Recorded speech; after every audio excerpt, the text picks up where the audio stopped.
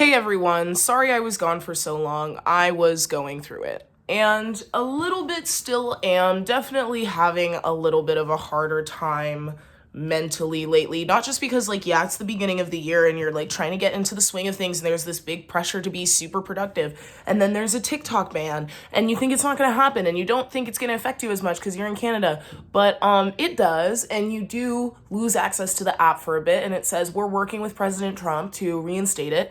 And then it's gone for 13 hours. You log back on, it says, thank you to Trump. You guys, we're in the bad place. The psychological effects of that is worse than I thought it would be. And then obviously the inauguration is the next day. And now you're seeing all of these people who are potentially racist, homophobic, saying there's only two genders, taking down the reproductive rights website. All of it together, specifically as, a person who is queer and Black, and a woman. These are not fun times to exist and then try to thrive in. It feels so contradictory, and there's so much going on I have so much to do work-wise because of the season, and it's too much. Everything that's been going on via media and then just life, man. I can't. I was trying to be so productive in January and it's not working. Am I getting things done? Yes, but begrudgingly, and I don't feel that I'm thriving. I feel like I'm struggling for air right now. And honestly, everything's just been so a compilation of annoying thing. I miss my trip. Oh my gosh, my trip was so good. And then I came back and I was like, well, it's negative 12 degrees Celsius if you're American. So I don't know what that is in Fahrenheit. I don't know how that works. But it's literally, I'm not exaggerating, it's minus 12 degrees right now. And the thing is, TikTok is back, but it's not the same. I'm sure if you're on it, you can tell. Yeah, I'm on Red Note. Yeah, I'm gonna download Blue Sky. I feel like Blue Sky has potential, because they're developing that Skylight app, which is supposed to basically be the new TikTok, allegedly the new TikTok. But it's not the same as having something that you've already got this momentum and you've got this community and you've got this ecosystem, and it feels there's been so many metaphors for it, but it does sort of feel like you came back to the underworld of Coraline, or you came back and it's people said it was Aunt Viv before, and then when they replaced her, it's not the same, and we can tell. Also because certain kinds of videos are being suppressed. We're not seeing protests. The live page was down for a while and then just came back up for the inauguration, and everything was inauguration related on live. There's a lot more videos being taken down. One of my videos was taken down. One of my videos had no sound. Lots of people's videos are getting taken down. Things are being censored. Things are being censored. The algorithm is completely different.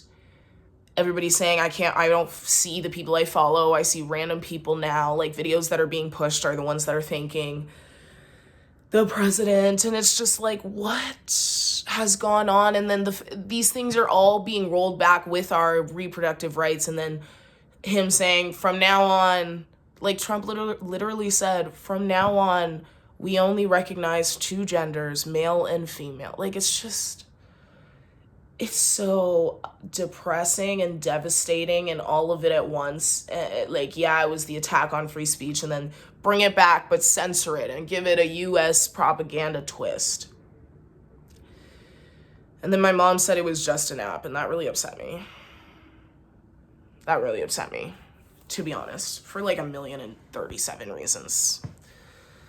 And it's just I know that people, there's so many people on the internet making fun of the influencers who were crying about it, when social media is one of the easiest ways for women and people of color to make money and break barriers and access have more access to different thresholds of visibility and connection and literally money.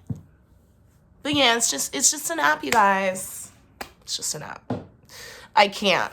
I'm just like so over it. And I'm so over explaining it to people who don't want to understand that there's no coincidence that our human rights are being rolled back, and it's so related to TikTok. What does that mean? Think about what that means. When something is so much of a threat that they find it more important than gun control, than making children safe in classrooms, than allowing women's bodies to be safe, allowing people to be safe in all these different ways in communities. When they want to cut the spread of information, when people are escaping LA fires, and you think it has nothing, it's not connected. TikTok has been more of an equalizer than the government could put in a baggie and hand out to you. It's a threat. It's a threat because it gives people access to upward mobility, which they're not supposed to have. And people not making room for us to be devastated by that, that's really upsetting. Finding a way to start to climb up a ladder and somebody cutting, you know what? I just finished reading Song of Achilles. It's over there, but I'm not gonna grab it right now. And there's a really beautiful image where Patroclus, I don't know how you pronounce his name, is climbing up the gate of Troy, and Apollo just goes, I forget if he like cuts the ladder or something, but he just like plucks. I think the first time maybe he cuts the ladder, or he just like flings him off. The second time he like looks down at him like, you tried it, you're trying it again, and he plucks him and just drops him down. It's interference. The interference of something that you built and your own upward mobility and your ability to climb is absolutely devastating. It's more than just an app or scrolling on your phone, or like, yeah, you can create this success elsewhere. Sure, you can. You can take another few years to do that. You can. But the fact that you have to is really disheartening and upsetting and fundamentally like discouraging in your deepest heart of hearts for so many different reasons, such as like, yeah, to have to rebuild a whole thing, yeah, to have to recreate a certain ecosystem, algorithm, audience, access. The fact that it's completely aligning with a presidential roll-in that rolls out human rights. So many slaps in the face at once, it stings. And I hate when people won't hold space or like let it sting, or like let us feel that. Like all of us, creator, consumer, person who used TikTok to, people have used TikTok in so many helpful ways. Sometimes dogs get adopted on TikTok, you know? Like the resources, access to resources for the wild or for the LA fires, like not even starting to get onto free speech, and like, you know, all the books I learned about on there. Like, it's just reproductive rights being talked about, and I can't. And then I just have to like walk around like I'm not really shaken and like scared for the future of everything, of censorship, of internet access, and oh my god, it's so much. And then it's rolling in with like this new MAGA era, this new hyper right Republican era where racism is empowered, and Elon Musk did that salute on the stream not once but twice. All of these things together, and I can't be mad because it's just an apple.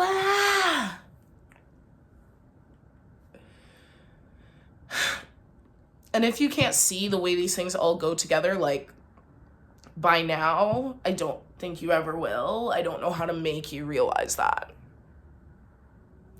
I just think it's really annoying that we can't call a spade anymore. And it's hard to, because at the same time, you know, and then you have Hank Green saying, don't believe these people who are spreading misinformation about, or trying to fearmonger about the app being sold by Meta. I don't know. And maybe, and then you're like, maybe people are, but I don't think people are trying to fearmonger. I think people are scared and looking at patterns, which is who's in the front row of the inauguration. It's Mark Zuckerberg, CEO of Tik Tok CEO of Google, Elon Musk, CEO of Apple, right? And then you have Mark Zuckerberg looking down. Oh, and Amazon, Jeff Bezos. I think it's too much. It's too much. And then you have Kim Kardashian posting Melania Trump to her Instagram story. And I think that's because Kim is into private equity and sees herself like in the front row of the next inauguration because she's like part of the billionaires who are controlling the world. And she wants to be on their level of like a Jeff Bezos or an Elon Musk. Like that's where she sees herself. She's so hungry for success she's never done. And somebody who's like that and thinks like that is going to only be satisfied if they have a seat at that table, that particular table. Which is like, okay. And Mark Zuckerberg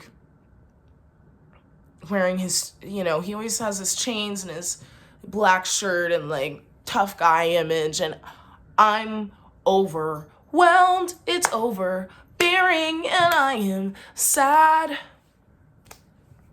Maybe I'll make a musical about this. Can you imagine? That'd be kind of funny. I don't know, you guys. I'm down bad right now. I'm just like... no motivation. Like I do have some motivation sometimes, and then I just think about the state of the world.